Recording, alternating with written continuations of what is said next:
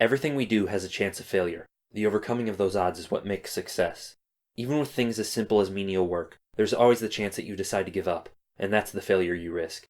Really, any unwanted outcome is a failure. To be unwanted, failures must punish the player. Losing progress, losing points, and losing opportunities are just some examples. Even when giving up during menial work, the player is punished via the time they've wasted. It tends to be that the higher the risk of failure, and the stronger the punishment of that failure, the greater the feeling of success will be when overcoming that.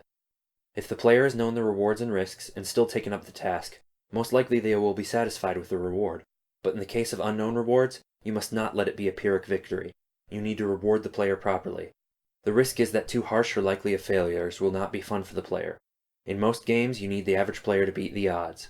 To do that, realize that the player's perception of risk is what actually matters. If they think their odds are 1,000,000 to 1, their feeling of success is based on that. Each game has its own system of failure that players learn. They'll find out what means they are about to fail, for example, low health or low resources. This type of scenario can then be used to make the risk seem higher than it actually is. Following the previous examples, the game might say you're on low health when you actually have quite a bit left, or when you're low on resources the game is less likely to throw obstacles at you, allowing them to spend more time at the supposed edge of their ability. Watch out though, too much time spent on the edge without failing will cause the player to reconsider what the edge is.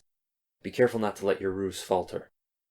Failure can be any number of things, but the most commonly used punishment has to be restarting. Restarting removes players' progress against the challenge they are facing. The point you restart from must be at the beginning of the current challenge. If you set players back to a previous challenge, it will feel too punishing. If you set them back only a little, with them still in the midst of the current challenge, it will feel too easy. The threat of failure drops, and so will the joy of success. The important part is that the player's concept of where a challenge ends and another begins is given to them by you. Perhaps instead of removing a checkpoint at half of the boss's health, you could make it apparent that the fight is split into 2 phases, and that you completed the challenge of Phase 1.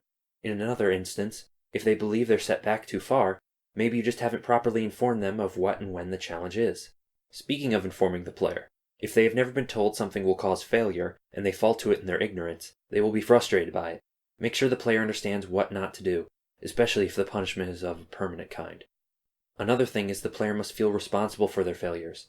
If they think it's the game's fault yet they get punished, they will not be happy. You must be lenient with the player in certain areas.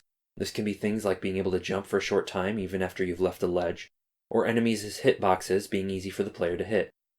Generally, when a player has already experienced a punishment, that failure will seem more likely and the success more enjoyable. Difficult games tend to use this well, but never forget the theme and feel of your game should come first. If the game's goal is to make you feel immersed as a character, and the failure's punishment is death, the failure risks breaking immersion. You wouldn't want to use common failure in such a game. Whether or not you do have a difficult game, you must advertise it to customers accurately. If they wanted a difficult game and this was too easy or vice versa, they will not be having a good time. Build based upon your game's theme. Failure can mean many different things. Find what works for your game. This may seem obvious, but sometimes when in the middle of designing, you can lose track of what your game was meant to be. What ultimately determines your game's success may just be failure.